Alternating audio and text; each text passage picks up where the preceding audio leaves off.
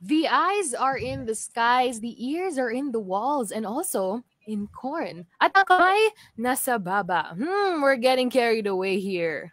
With all these shady government dealings, can we all just be like Miley Cyrus and be a fly on the wall? Oh, to be an all-seeing eye is everyone's wish. But as we take our power as citizens back from our leaders, will we see ourselves slowly become our image of our oppressors? Did our series on fact-checking give you any trust issues? If so, good. Joke lang. Charot lang. Charot lang yun. Joke only. Charing. Charizard. Di ba?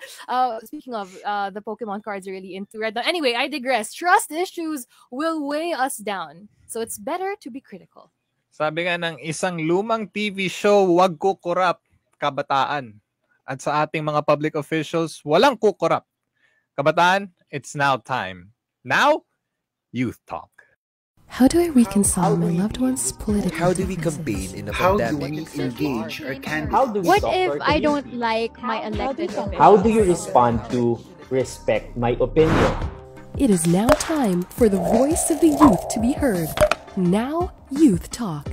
Kabataan ang maririnig, katotohanan ang mananaig. Oras na tayo na, boto mo'y mahalaga. Kung hindi ngayon kikilos, kailan pa ba?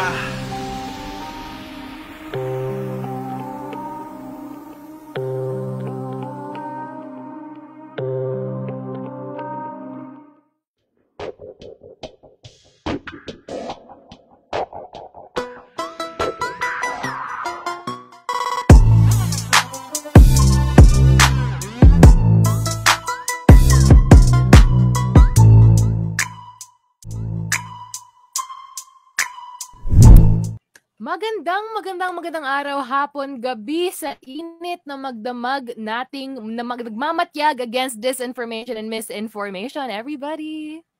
Is there a truthful candidate left to be seen? This is Sheprod together with my co-host once again, Zandy Baharias, hosting this very special episode of Now Youth Talk, 2022's most important conversations discussed. Sino ba ang nagsabi ng power corrupts, absolute power corrupts absolutely? Ooh, does that mean when power corrupts? Ayan na naman tayo. You know the drill, folks. We've flipped the script with a special letter sender. Yes, dear viewers, at this critical time when we have to make the most critical decision of our upcoming 6 years, sadyang hindi na mapakali ang ating letter sender sa nakikita niyang disinformation sa larangan ng social media at mga chikahan real life. Pero since we're talking about corruption, Zandy, how do you experience corruption? Like, what are the simplest forms of corruption that you experience on a weekly or on a daily basis? I think the most stressful one, if you're lining up in an office, in a government office, tapos magulat ka na lang, you were in line for how many hours? And then someone who just walks in, like, goes in front of the line and just like, teka lang, I was here like a day ago, diba? Parang ganon. Yeah. What about you, Sheprod? Ano yung pinaka na-experience mo about corruption? Actually, now that you mentioned that, I just remembered when I went for my voter's registration, I was lining up as early as 4 a.m., diba? And yes. long story short, natapos yung registration ko literally 5 p.m. So imagine I was outstanding, waiting for 13 hours. And then, just like you said, I see people who would literally cut lines. They're in and out in 30 minutes. So, diba, even those super small forms of corruption, sobrang nakairita na for the general mass. Yeah, and it's very frustrating, diba? Parang, you're working so hard, you're being outstanding, and yet there are some people out here who have, you're standing, and it's frustrating. Corruption is very real. And it doesn't just happen on the national level, folks. Corruption entails not just stealing government funds, which is very big, pwede ding conflicts of interest that make our government work worse than it should be. Much like glitches in the matrix, these are things that happen right under our noses. Diba, lagi nangyayari to all the time. Sometimes we accept it na lang as like normal, diba? But it's corruption. So the next time you look at how our government works, seek it out as though you look through government processes, because some mistakes might be hiding in plain sight. At dahil dyan, siyasatin natin, kilatisin natin, saliksikin natin. Let's look into the deep and rotten roots of disinformation and let's learn how to address it together. Our letter sender is eager for us to hear the truth. So let's put on our thinking cap and not our tinfoil caps as we've discussed in our last episode. And let's get right to it. Anong katotohanan, Katkat?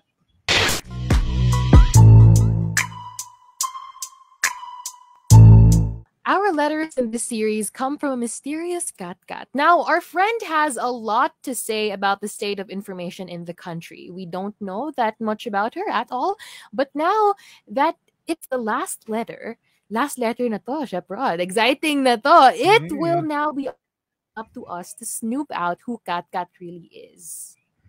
She's mysterious, she's captivating, and she's here to shed light on the truth.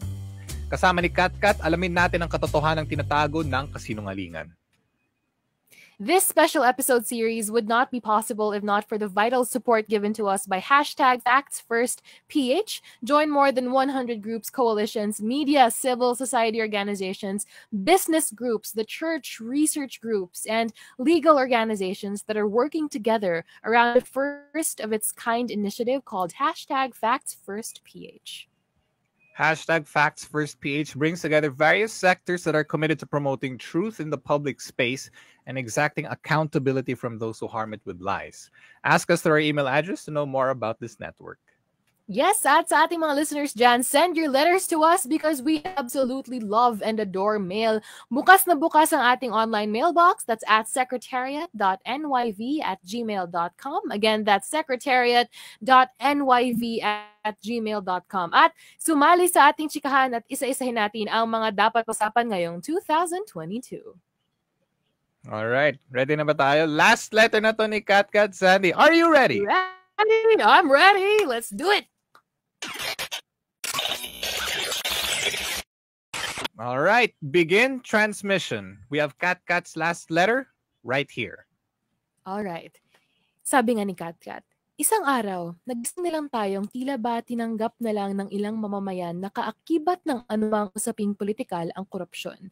Not so long ago, pinangakuan tayong wawakasan at masalimuot na korupsyon sa ating bansa within 6 months, pero mas tumindi pa ito 6 years later. Grabe, no? Yung 6 months promise, naging 6 years pa nga. Duterte once mentioned maybe a few years after promising to quash corrupt officials from government that even he, wow, Tatay Digong, could not completely eliminate corruption from our system. Corruption is inherent in society, and according to him, this is a thought shared by many cynics and academics. Grabe, no? Napaka hot take niya talaga, because if you were a person in power and you say that you will eliminate corruption in 6 months, people really will vote you into power because nobody wants that anymore. We've been living through corruption for so many decades, and yet what happened? Yung 6 months na eliminate, napunta patuloy sa 6 more years of brutal corruption. So it really is a very hot take, no? Yeah, and that's what I want to ask you, Rod. Personally, do you think that there will be a day when we will truly be free from corruption? Alam mo yung parang analogy na yun na you have corrupt politicians having a wonderful dinner tapos sa ilalim ng table yung masang Pilipino or any society really. The party is over once the people stand up to these corrupt officials. So there could be a day when we will finally be free from corruption, if and only if we stand united against these corrupt politicians or people in power. That's a great take. And I feel like the most important thing is for us to recognize that, this exists. Diba? Corruption exists. And sometimes the corruption from higher levels of power actually force people from the bottom to also engage in these corrupt practices. Diba? It exists everywhere. It's ubiquitous. So parang we have to also be aware of those corrupt practices that we do, but let's not, take out of the conversation na may iba pang mas mataas natin na gumagawa ng korupsyon at dahil doon, some people are forced to also engage in these practices. But, sige, let's continue with what Katkat has been saying. Katkat says, dumating tayo sa puntong harap-harapan na ang mga katiwalian ng mga nasa pwesto kung minsan pinagtatanggol pa sila ng iba nating kababayan. Sabi nga nila, lahat naman sila kurakot, kaya doon ako sa may nagawa. Madalas nating marinig ito sa mga nakalipas na taon. Nariyan rin ang tanong na kung talagang may ninakaw nila, bakit hindi sila makulong? Bakit hindi mabawi ang mga ninakaw? Questions. An observation. Here. An observation in today's anti-discourse machinery, while it remains extremely critical of existing systems by way of conspiracy theories and fantasy lore, it seems extremely complacent that corruption is here to stay. Additionally, some say there are benefits to corruption. Now, if that isn't Stockholm Syndrome, there's another name for it, I'm very sure. That's interesting, huh? Benefits to corruption. You know, we discussed in a previous episode how political dynasties are actually insustainable to a democracy's functions, no matter their projected quote-unquote benefits. That's benefits again, how with quote marks. What's really true is that our quote-unquote benefits from a political dynasty or even from conflicts of interest, these will always be at the detriment of someone else. Always at the detriment of someone else. There's always going to be one person less served because someone cut in line, diba? And this is something that we talked about kanina, Shep Rod. There's one deserving person less admitted into a prestigious school or workplace because of a padrino, right? There's one person dead because of a reckless driver given a license by a fixer. Sabi nga ni Newton, Tesla, Edison, sino nga ba yon? I now forget my my history in science. Sino nga ba? For every force, sabi nila, there is an equal and opposite force. Grabe. If I may take a guess, I think that's Isaac Newton. Oh, Newton, the creator of calculus? Yeah, I think it's Newton as well. Yeah, we'll have to fact check that later. Yeah, tama. I'll Fact go, check natin yan. But, you know, as we fact check, let's also continue with what Katkat says on fact checking. All right. And here's the continuation of Katkat's letter.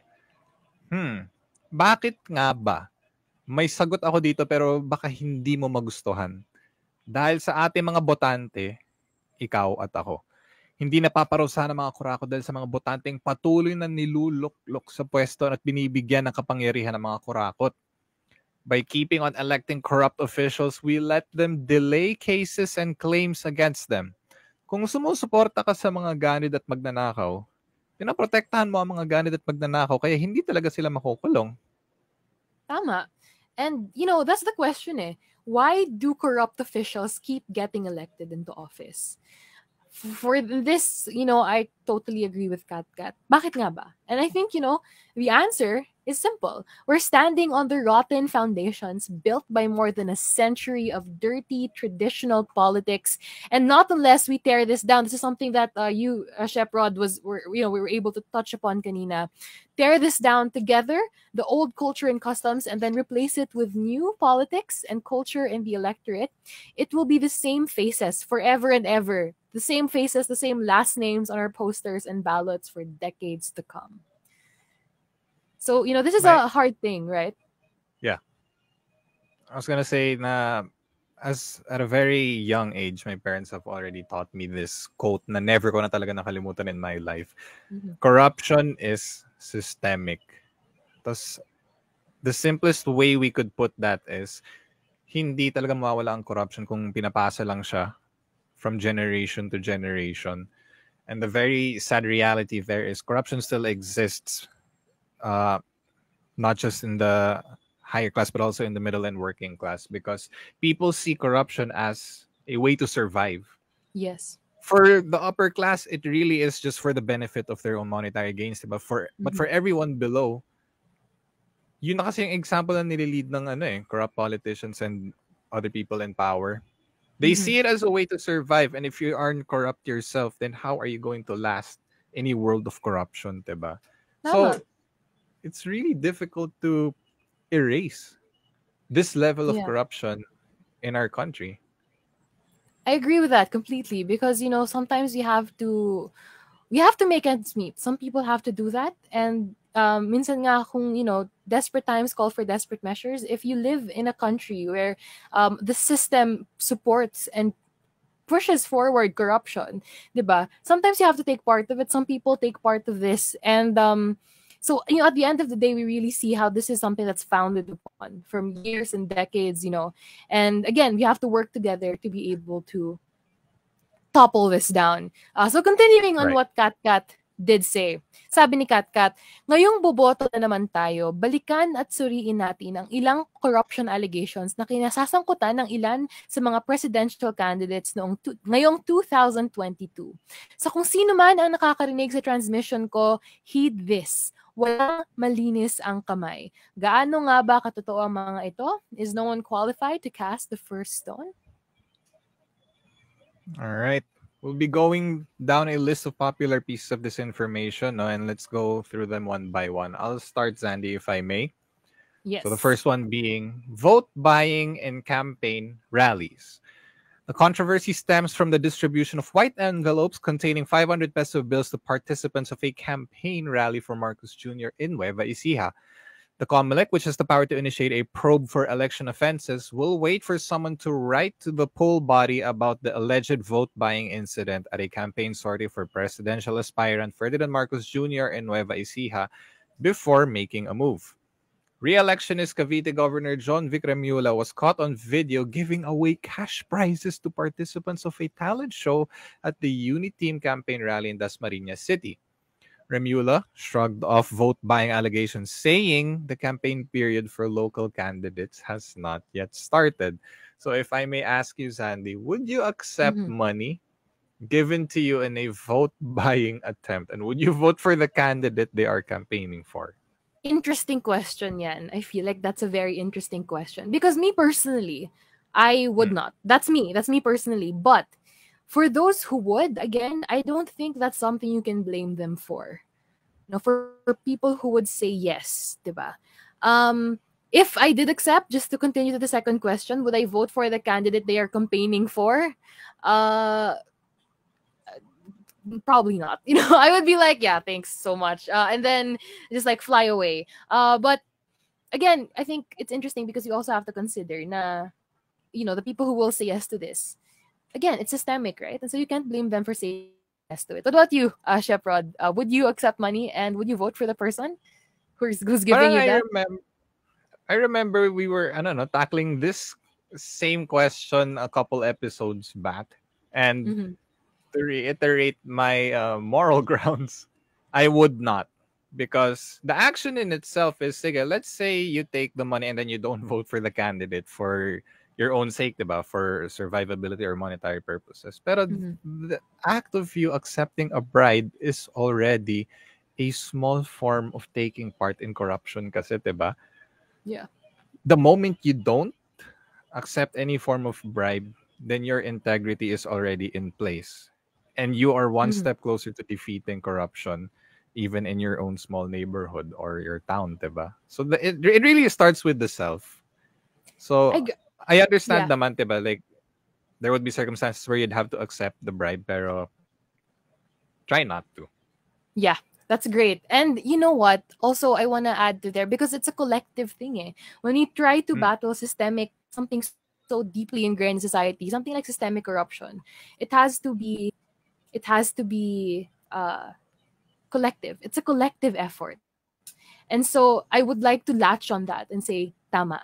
If you want to have, while there are times when you can say na it's justified, we also have to consider na it's part and parcel of why corruption continues to be in this system in the first place, right? And this could be, I hope this is a correct analogy, but it's also sort of a form of, like, you know, it strengthens patron-client ties in the Philippines, which is, for those of you who just have heard of this the first time, you know, patron-client ties, kung may popular, malakas na politician in one certain place, tapos may mga kliyente siya who vote for them, you know, in exchange for votes, ganon. So, mga public goods or goods in general in exchange for votes, parang ganon. So, again, while it can be justified, make sure to remember that it also helped in pushing for the context and the context and the systemic ingraining corruption in society. So thank you for that,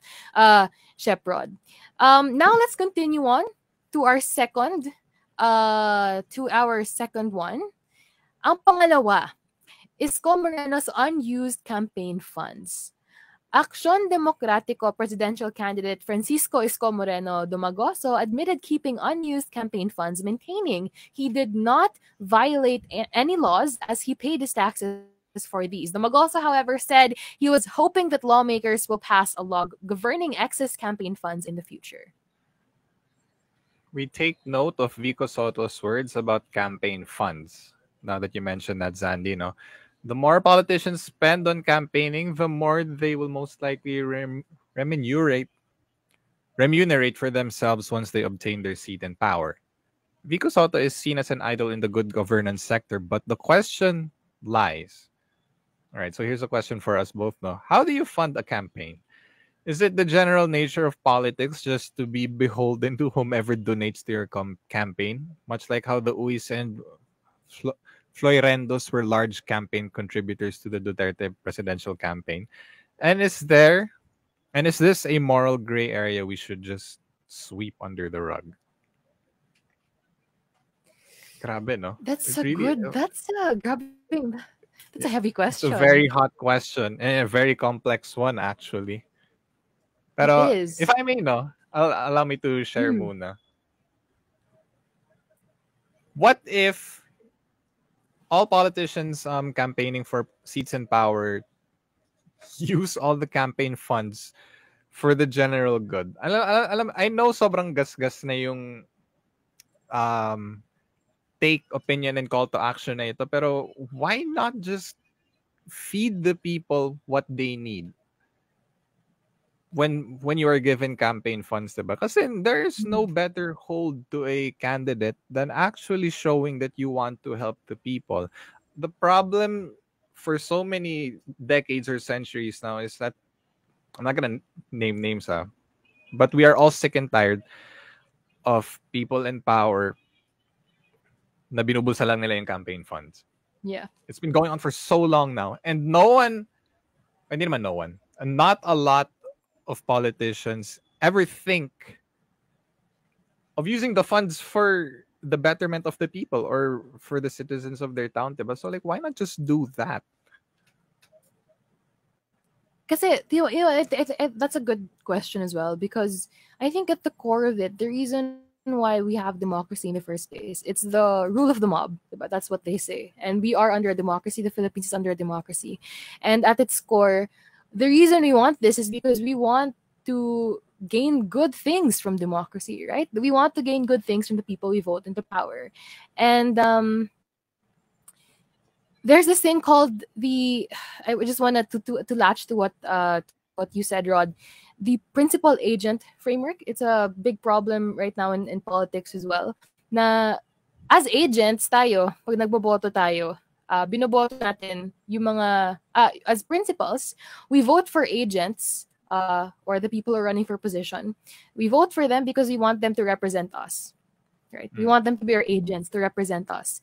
But the problem is, ang expected natin yan, pag binoto natin sa position, that they're gonna return the power to us, right? Na they're gonna represent us to the fullest extent.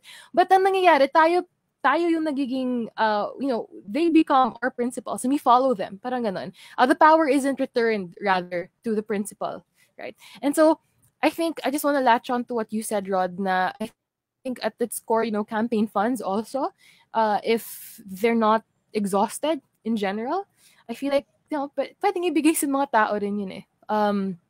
Yeah, but the good question rin is there an option where people win? Right? And again, because of corruption, parang, I think that's a difficult question to answer right now. What do you think? People will only win when there is transparency. Actually, na-bring up mo na nga siya ngayon lang, diba? Mm-hmm. The fact that there is almost next to no transparency in any reporting of campaign funds, that's already corruption right in front of our faces, diba? That's how unfair politics in our country is right now. So the people only win when the facts are laid out in front of our faces. Diba? Parati na lang tayo bumabalik talaga eh. Katotohanan pa rin ang mananaig. That's how the people win. And information is power. People are able to make good decisions if they have all the information that they have. And part of this are campaign funds. And so I feel like also, Rod, that's one step to gaining that win of letting Right. people win. If we have that information, if we're allowed that information and to process that information. So let's move on now to our third. Our third is Ping Lacson's involvement in the Philippine Constabulary. Exhibit A is the Philippine Military Academy's class of 1971, including Lieutenant Panfilo Lacson, an elite anti-subversive units. Torture became duty, and officers spent years in a daily routine of terror. The experience became central to their specialization and produced an inflated belief in the efficacy of violence. They morphed from servants of the state into would-be masters. At the 5th CSU, one Lieutenant Aguinaldo, PMA 1972, worked with classmates Billy B. Bit and Vic Batak, beating victims together and forging bonds that later knitted into the Armed Forces movement. At the MISG, it said Colonel Abadilla, Robert Ortega, and Lacson tortured together for over a decade, forming a tight faction that had rise together within the police after Marcos's downfall. Lacson denied his alleged involvement in the human rights abuses during late dictator Ferdinand Marcos Sr.'s implementation of martial law. So with that, accusations of torture are vicious, but none are more vile than the acts of torture themselves. Lacson has yet to categorically denounce the martial law period, and this background has underscored his pronouncements on peace and diplomacy. So our question here is, who are we to believe more, the perpetrator or the victims of torture? I think for me, a simple answer to that would be I would rather defend a victim than defend a perpetrator. So, I think I would believe the victim first in this case. And what about you, Rod? Who would you believe more, the perpetrator or the victims of torture? There wouldn't be any victims in the first place kung walang perpetrators, diba? Yeah. It's always like that naman eh. And also here, I only found out about this actually ngayon lang in the year of 2022. So, parang in the simplest sense, may pagka-frat vibes pa lang nangyayari mismo sa PMA as early as 1971. So, imagine if that is still going on today. So, that is literally 50 years na of torturing students, candidates, and everyone in that institution. So, it's kind of frightening, no? Mm-hmm. To see if that is still happening now, because how would you remove that level of violence within an institution? So yes, I would believe a victim, because there wouldn't be victims of torture if there weren't perpetrators in the first place. That's great kasi I'm going to go piggyback on what you said on how do you remove something. I think it's also connected as well to our concept on something that's so systemic. And I love latching on to what your parents have told you. This is something systemic, right? It's something that has been built over 50, if not more years of continuous doing, right? And so I think the only way, not the only way, but one of the ways that we can help in, if mitigating this, mollifying this, is to ensure that the people who are victimized by torture are given proper voices to this. And at its core naman, a lot of the problems that we have are systemic. Nasa system talaga siya. So now I think it's good that we continue again with I think this is our fourth, Chef Rod. I think it's our fourth example. Yep. It says Lenny and the supposed Naga Leaks. A blog titled Naga Leaks posted a lengthy article online claiming Jesse was a scheming and corrupt politician when he was a mayor of Naga. It revealed that former Congressman Luis Villafuerte is the uncle of Jesse and the reason why he won as mayor of Naga City. Jesse pretended to distance himself from his uncle due to wetting, but the truth was he protected the wetting operations as mayor, the blog claims. Robredo said she believed Naga Leaks supposedly an expose against her by the group. We are the collective. was only meant to silence her. So this whole thing was only meant to silence Lenny. While she believes those behind the blog failed to smear Jesse's legacy, she admitted her late husband's relatives and her own children didn't like how he was portrayed in the article. That's another news I just discovered today. But with that, no, political dynasties are not sustainable in good governance because it perpetuates conflicts of interest that we could do away with in the interest of a fully functioning government. Keep in mind that when political dynasties are quashed, we will not clap. For it is the bare minimum we have been asking from the government for tens of years, and that has been to function properly. It's a very sad reality, no, na hanggang ngayon hindi pa rin siya nawawala. Political dynasties for so many decades now. And to think na it's in the Constitution, it's unconstitutional to have political dynasties, and ang dami ng efforts to there are a lot of efforts in law to create a bill to squash political dynasties, but as I said, are we surprised na hindi pa siya napapasa? Well, I don't think we should be surprised. Do you think we should be surprised, Sheprod, about it? We shouldn't be surprised. And I think I know what you're gonna say na rin. Sige. Yeah. What needs to be done para mawala talaga yung political dynasties? An enabling law. And it has to ensure that these... And the problem is kasi ang hirap i-pass, I think there are efforts of having bills, and yet hindi pa siya pumapasa. I'm not sure if it's passed to the House of Representatives, to the Senate. It's so difficult to pass it. And so, because the ones who actually are, debate on these laws are people who are members of political dynasties as well. And so I think that's why it's a lot more difficult to push forward for an enabling law or a law that disables and doesn't allow for political dynasties. And this piece of disinformation implicates the Robredos into the Villafuertes political dynasty that we just talked about kanina. However, it has been proven that the two families are all distant and neither are linked by any blood relatives. So I have another question, Sheprod. Do we just live with corruption? How can you envision a government without corruption? So let's fantasize in the next minute or so. Let's have a quick, fantasy making in our heads about the fully functioning government. Maybe share a little about your woes on red tape or government bureaucracy. So, just going back, do we live with just corruption? How can we view a government without corruption? Like a utopia, almost. I mean, the very essential answer for the first question is no, diba? We can't live with corruption. No one is supposed to live through any form of corruption. Yeah. And then the second one, diba? How can you envision a government without corruption? Well, sobrang utopian thinking na to, no? Pero the only way we could have a government without corruption is if the entire slate is wiped clean. The entire slate, from the tippity top of the crop all the way down to the smallest person in power. I'm not sige, for a fair argument, let's not take sides and let's speak hypothetically lang muna, no? The only reason why corruption has been existing since the 1900s or maybe the 1800s even is that it's still the same names in the seats of power. It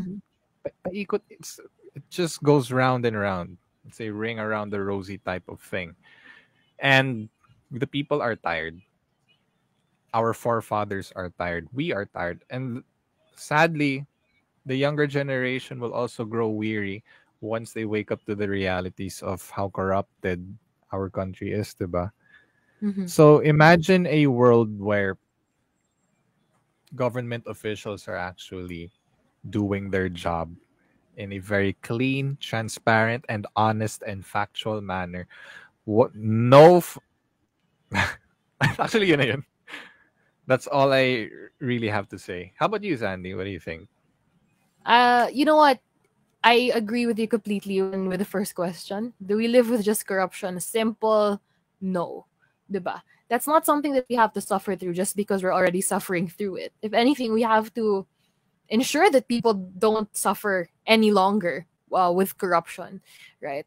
And wh- you know, in terms of cleaning the slate, that's something that is quite difficult to envision, because again, it's something so deeply ingrained in society, and something so deeply ingrained, almost like a generational like memory na siya, na hereditary memory na siya.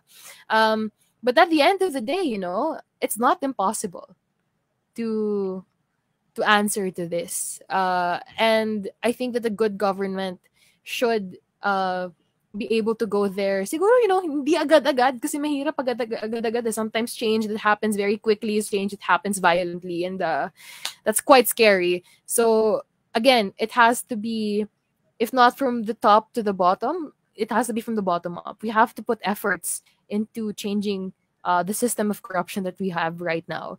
But do we have any other examples, Rod, on this? We have another one, no? But before we get to another example, I just like to reiterate what you said, kasi sobrang ganda na nung sinabi mo. It's so insane how deeply embedded corruption is in the government, because diba, we were talking about how we could eliminate political dynasties, diba? There has to be an enabling law. But it also just so happens that those who create laws are those who are in political dynasties as well. So the same people putting political dynasties in constant power are embedded in the government mismo. So diba, like what I said earlier, it really has to be a clean slate. Hindi talaga mawawala ang political dynasties. If the same people in power are still in the government, and they're just going to pass it on to their children. Yeah. And if you don't allow people to make that change from that systemic level, if you don't give them a platform to conduct that change, it will continue to go on. Kasi nga sabi mo, Rod, na, same people who are supposed to make laws that actually mentioned in the Constitution about walang political dynasties, the same people who do this are the same people who actually control what laws get passed in the Senate and House of Representatives. And I think that it's a good thing that you underline that point. All right. Ayun lang naman. All right, so let's move on to another example, no? Yeah. Marcos as Ilocos Norte Vice Governor under Marcos plus Marcos as PhilComSat Board Chair. All right, medyo mabigat to, so let's get into it. Marcos Jr. had served as Vice Governor and then Governor of Ilocos Norte under his father's dictatorship from 1980 until February 1986, when they were ousted and exiled in Hawaii. Indeed, Marcos has the most extensive government experience among the presidential aspirants. 21 years out of a total of 27 were in the service of Ilocos Norte as their governor and congressman. Yet, he is a perennial absentee, and his concrete achievements are debated even in his own province. New evidence that Ferdinand E. Marcos's children and their spouses improperly acquired a lucrative group of businesses and were draining some of the companies of cash for themselves have been uncovered. According to the Special Government Commission seeking to recover Mr. Marcos's secret wealth, the companies included 3 television stations, the nation's largest bus company, and a supposedly government-owned telecommunications concern. Ferdinand Marcos Jr. in 1982 became chairman of the telecommunications concern PhilComSat, which operates a chain of earth stations that beam television and telephone signals around this nation. The company was formed in 1966 as a government monopoly, but commission investigators said that somehow, over the years, the government shares had passed into the hands of the Marcos family and their friends.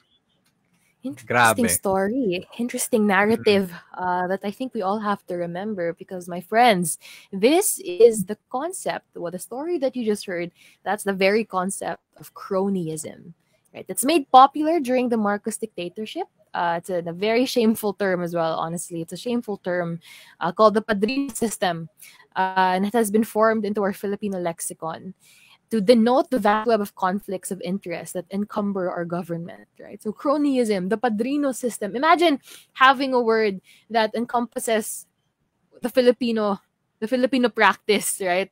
The Right. padrino system of cronyism. So I have a question. We have a question here. If you were president, who would you appoint in your cabinet or in your major government position? What would be your basis, And would you appoint campaign donors or close friends? What about you, Shaprod? What do you think?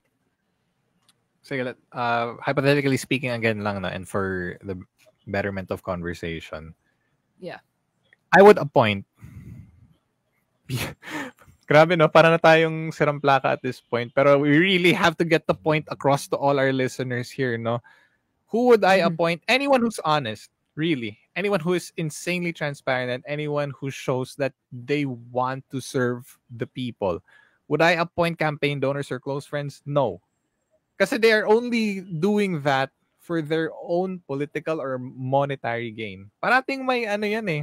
May hidden agenda sila. No matter how close I am to them, no? Alam mo yun, yung parang they're using the friend card. So I would only appoint Yeah. anyone, again, who wants to help the people, who is incredibly transparent, and someone who basically has proper intentions for serving the country.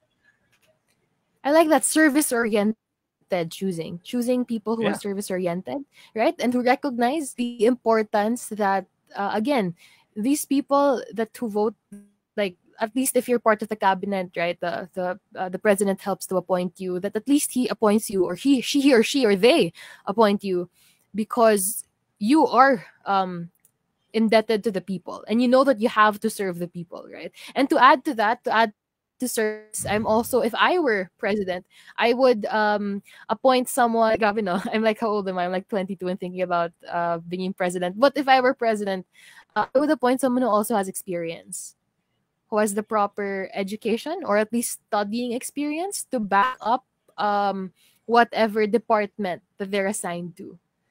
Because I Right. feel like that's very important as well for them to understand just how heavy the department that they have, because these are departments for a reason, just how heavy that department is, that is placed in their hands. So Exactly. yun, right? And I honestly also, I don't think I would I feel like this one already, if corruption continues in the future, this already puts me out of the presidential slate. Like, yeah, she's not gonna she's not gonna win the presidential slate.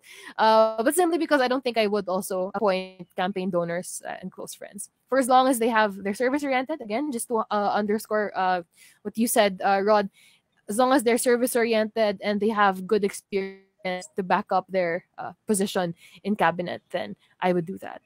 So let's continue on. All right, let's continue. Sobrang ganda ng points mo, by the way, can I just say? Thank you. So, Yours too. Only latching on to you. yeah. So, if corruption has been so deep-rooted and pervasive, should we just rebuild society from scratch? I don't want to sound like an alarmist, but it really is the time to act now. This is what I was saying kanina lang, diba? A clean slate. Yes. So, na-mention na talaga siya in our discussion. There really is no... I mean, we're at that point na that we are asking ourselves, should we just start rebuilding society from scratch? Grabe. It's that intense na, diba? Papunta pa nga lang tayo sa exciting part. But it's that intense, We're trying to build society from, we want to build society from a clean slate, which honestly is something very hard to do. Because if you're trying to build from a clean slate, you have to change cultural perspectives, you have to change tradition, you have to change society. And to think that we're already having this in our conversations because of how so deeply ingrained it is, talks a lot about the value that this holds right now and the value judgments that we hold against this. Marahil nagkamali tayo, nabigyan natin ng mga korap ng kapangyarihang gamitin ang kanilang mga posisyon para sa sarili nilang interes, which is, people make mistakes. Ngunit tayo rin naman yung may kayang patasikin sila at bawiin ang kapangyarihang kanilang inabuso. Hindi pwedeng tanggapin na lang natin ang pag-normalize ng corruption sa gobyerno. And simulan natin sa pagtatalakay ng basics, ugat at hot topic ng issue ng corruption ngayong panahon ng eleksyon. All right, so let's start with the basics, no? Let's start with the first one. Transparency embraces accountability. Grabe, nakailang transparency na tayo through this discussion. I think I mentioned it more than 20 times na. But transparency and accountability are both principles that are expected from government officials, such that transparency is the expectation for officials to disclose how they're doing their jobs, while accountability is the expectation for officials to answer any questions people may have arising from the discharge of their functions.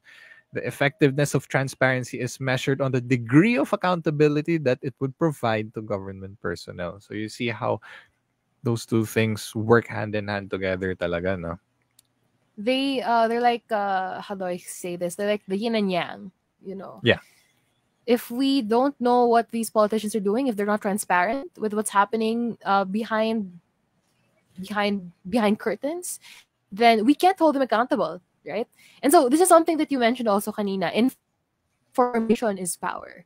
For as long as we have information, at least to an extent, we're able to create rational decisions. Diba? May Right. kakayahan tayong pumili ng tama. So, yeah, again, they kind of go hand in hand, like yin and yang. Transparency is like the sister of accountability in the same way that accountability is a sister of transparency. And now, do you have anything to say also about like transparency and accountability in terms of government? Actually, you mentioned them naman na rin. Kasi, Yeah.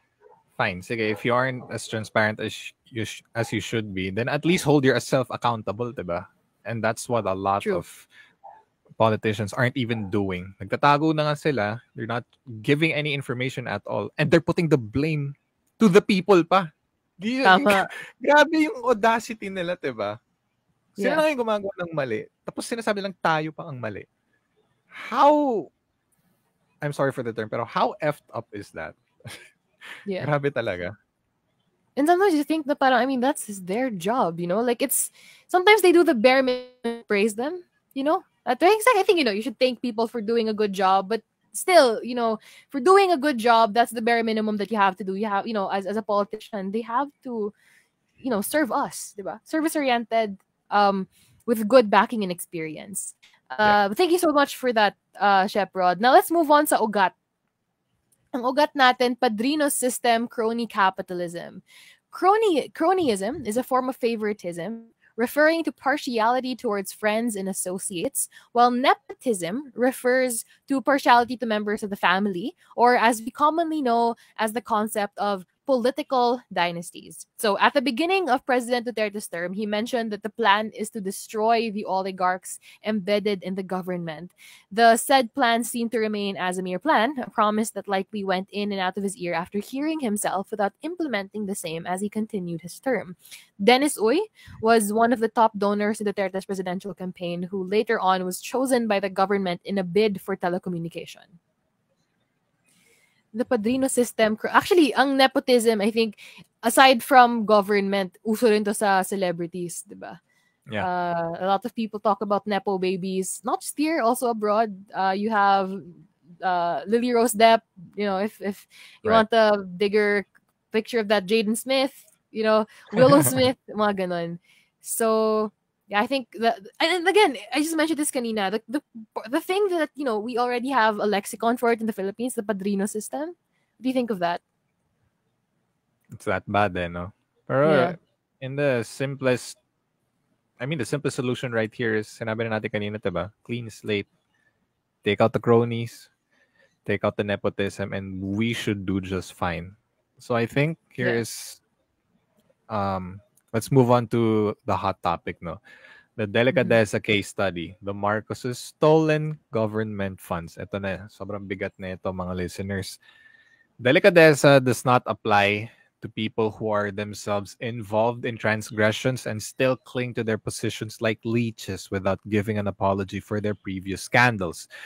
The culture of delicadeza is sacred, as one must preserve their honor and dignity as public officers and servant leaders. The bigger anomaly is that they are involved in nepotism and cronyism, wherein they pass the position to the people they favor. The PCGG revealed the names of Marcos cronies from whom they have recovered the following amounts. Not taking into account the many undiscovered Marcos cronies that are still under investigation in the Sandigan Bayan, even after 35 years that the Marcos regime wreaked havoc in the depth of the Philippines. 197 titles representing pieces of real estate property amounted to over 2.5 billion pesos and 250 million pesos in cash from crony Jose Yao Campos. 375 million from the accounts of cronies Campos and Rolando Gapud, who was Marcos's financial advisor. 70 million pesos in cash and assets from banana magnate Antonio Florendo. $16 million in Swiss bank deposits. Shareholdings in 32 corporations, 100% of the California Overseas Bank shares, and 51% of agricultural lands. And cash dividends in the firms of crony Philippine ambassador to Japan, Roberto Benedicto. Shareholdings in Mountain View Real Estate Corporation from crony Anthony Lee. 50 million pesos from crony Alejo Ganot Jr., a 4.6 hectare property in Bacolod City from crony Antonio Martel, the $50.56 million commission of crony Herminio Dicini, 18.7 billion pesos from the Meralco shares held by crony Benjamin Romualdez, 25.2 billion pesos worth of shares in PLDT owned by crony Ramon Cojuangco, and 56.4 billion pesos worth of shares in San Miguel Corporation owned by crony Danding Cojuangco. 34 years after its administration in 2020, the Philippine government has recovered 174.2 billion pesos in Marcos ill-gotten wealth. And in 2021, the Presidential Commission on Good Government, the PCGG, found 125.9 billion pesos more in ill-gotten wealth from the Marcos family, who are back in power, both in local and national politics. I think... Ang dami nun. I feel like... Yeah. I think people have to like... Yeah. Ang bigat sa damdamin, no? Just reading that much money. As in, we are close to breaking 8 trillion pesos worth of stolen pesos na, no? By one political family. I think it's time for us to move on to the last part of the letter na, no? Yes, but I also want to add, I think, this is what happens kasi when we let impunity prevail. If we could allow this to prevail. There's a term called delicadeza, and it's ingrained into our cultural consciousness, where we are predisposed to preserve our pride, honor, decorum, and integrity. Delicadeza used to mean a corrupt official would not have to go into sickness theatrics to escape accountability. Rather, an official with delicadeza, now scorned by dishonor, would step down from office in the interest of doing no further damage. So, I don't think that's something that we can really relate to, I think, right now. So, yeah, again, I think for our listeners as well, you can go back to this, rewind what you just heard, especially for Hot Topic, because I think that's a very heavy topic that you also have to put back in mind. But now moving on, sa sinabi nga ni Katkat, ito ang kanyang huling sinabi para sa ating lahat. Ako si Katkat at sa totoo lang nakakatakot, nakakapagod at nakakapanlumo ang mga balitang nagkakalat ngayon. Mapa-clickbait na fake news man yan o mga totoong kwento. Madalas nga ay may mas nakakabahala ang mga totoong balita. Pero ito ang panahong mas kailangan nating kumilos. Mas hindi tayo pwede mawala ng pag-asa ngayon. Sinisiguro ko sa iyong wawakasan natin ang kadilimang ito. Pero hindi ko ito kaya na mag-isa. Kailangan ko ang tulong mo. End of transmission. Grabe. I'm feeling so many things right now, especially since that was the last letter na from Katkat, no? OMG. And that was the message. Now it's time to pass it on, dear listeners. I hope what Katkat shared today fueled you to vet your sources well and to consume media more mindfully. Para makatulong sa ating pagsisiyasat para sa katotohanan, here are some guidelines on how to spot and address disinformation online and in your community. Yes, our first one is, of course, to keep critical. While today's culture of conspiracy is fueled by a long and brutal campaign to discredit our mainstream information providers, there is something essential we must extract, and bring to light in this new practice. Always remain critical of the information that you receive. Always check your sources as well as your sources' sources. Differentiate between primary sources from wild the event was happening, secondary sources processed from after the event happened, and of course, tertiary sources written with accounts about the event. And don't forget that 3Ds are dear listeners. Discredit and deplatform disinformation. Disinformation peddlers have to be neutralized. If in social media, refrain from giving them any traffic or metrics. Screenshot the disinformation and refrain from sharing, quote tweeting, liking, or replying to them. It has been revealed by many studies that social media algorithms cater strongly to disagreements and the polarization of people of opposing opinions. Iwasan mag-away. Let's always go back to starting constructive conversations. This is all the more reason for us to start conversations on the ground. Without the help of the internet, disinformation spreads into communities with impunity. Consider spreading materials that counter and discredit disinformation and strengthen the narrative of truth. And that leads us to our final tip for today. Our final tip is, of course, to amplify. We cannot claim to be experts in every field, nor do we want to. Mahirap yan. Mahirap, magbasa na lahat ng libro. We're not Spencer Reid. Let's foster this culture of critical thought by sharing the truth in any way that we can. Our letter sender, Katkat, will be sharing materials that you can share with your community on the ground. So, one of the final questions that we have in this, we have talked about this a while ago, previous episodes ago. Sir Rod, have we done our part to address this information, and what work is there? What work is left to be done to finally defeat this virus that is disinformation?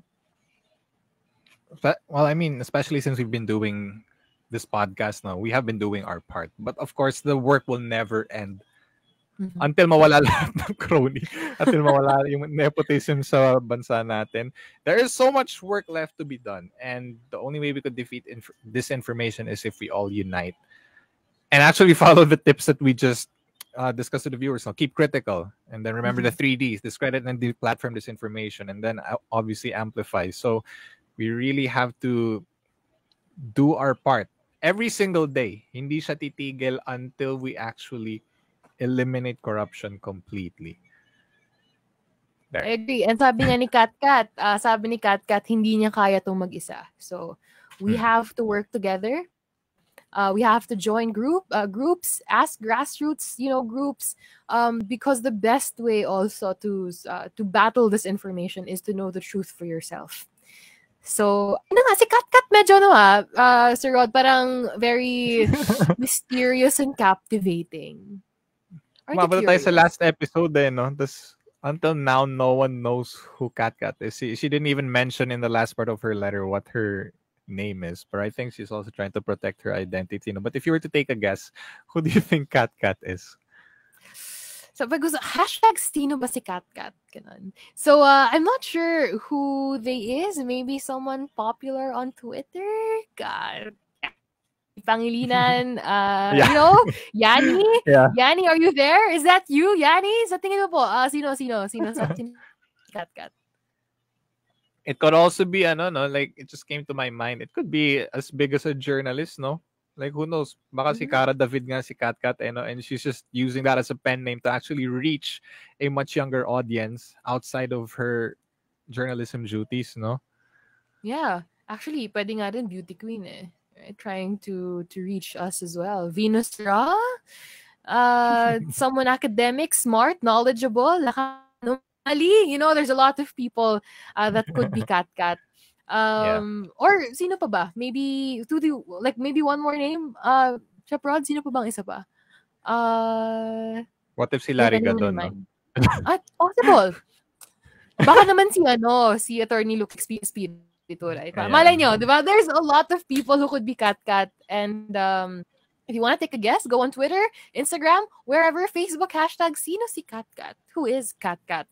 But speaking of Katkat, to all our listeners, all that Katkat gives are letters. And these letters are very powerful, but they're letters. And Shep Rod and I, we are their voices. Kayo ang magiging kinatawan niya sa pagsusulong ng katotohanan sa ating komunidad. Sabi niya nga, she cannot do this alone. And we're counting on you, dear listeners. And that ends it, folks. The last episode of Anong Katotohanan, Katkat. The election is now incoming. So we really now hand it to you. dear listeners, to discern truth from deception and right from wrong. Malaki na kayo. Sobrang laki na kayo ang majority.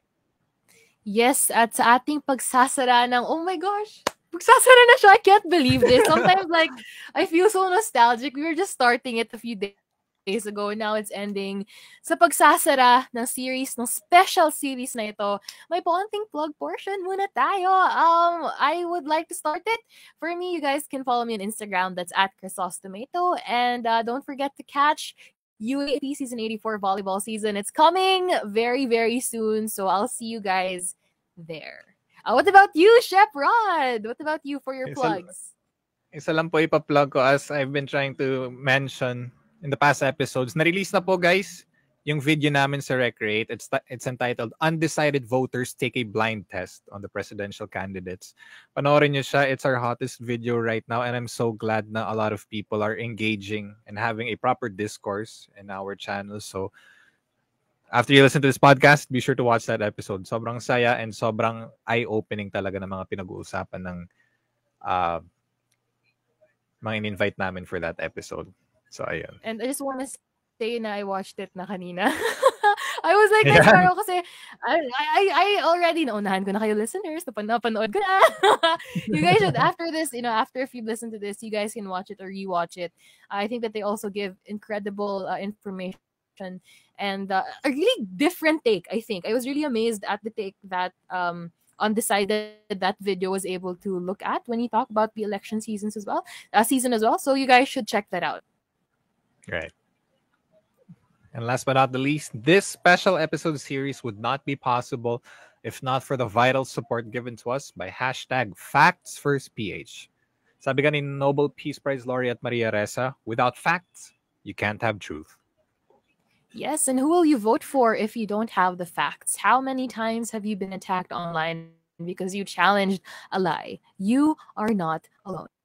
To protect our elections and our democracy, we need to protect the facts.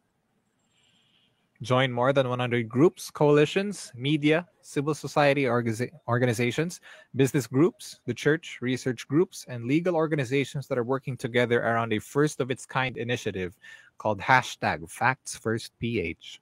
Yes, #FactsFirstPH brings together various sectors that are committed to promoting truth in the public sphere and exacting accountability from those who harm it with lies. Again, accountability and transparency go together. Yan. Yin and yang nga, sabi ni Sandy, guys. Ask us through our email address to know more about this network. Yes, and we'll see you out there. Join us in this series of episodes as we read each of Katkat's transmissions of Truth Gabi. We're at the end of it all. I can't believe it. At ngayong 2020, ang panawagan ng Now You Vote ay kabataan ang maririnig, katotohanan ang mananaig. It's time to exchange your views and knowledge with your peers, engage your communities and candidates for a meaningful exchange beyond the ballot, and commit to your right to suffrage, and as your vote defines the Philippines of our generation and maybe the next. Bukas na bukas ang aming online tanggapan for youth activation sessions and resources to help you make your big decisions and to nurture important conversations. Email us at secretariat.nyv@gmail.com. Again, that's secretariat.nyv@gmail.com. Yes, and you can now also join our Discord server, makiugnay, makipagtalakay at magboto kasama ng inyong kapwa kabataan sa discord.gg/NowYouVoteHub. Again, that's discord.gg/NowYouVoteHub. And I think, you know what, this is weird because it's the end now of this special series. I don't know what to feel. I think there's also the fact that we only have 12 days until May 9. It's so soon now. Sobrang lapit na before we actually have to take a stand. So, grabe. To all our dear listeners, no? Thank you so much for listening. Thank you for following this series. And I hope you guys continue to fight for a better country, a better society. And let's all hope to continue fighting for the truth. Yes, and it's a collective thing. Please, let's work together to fix, whatever needs to be fixed in our system and our society.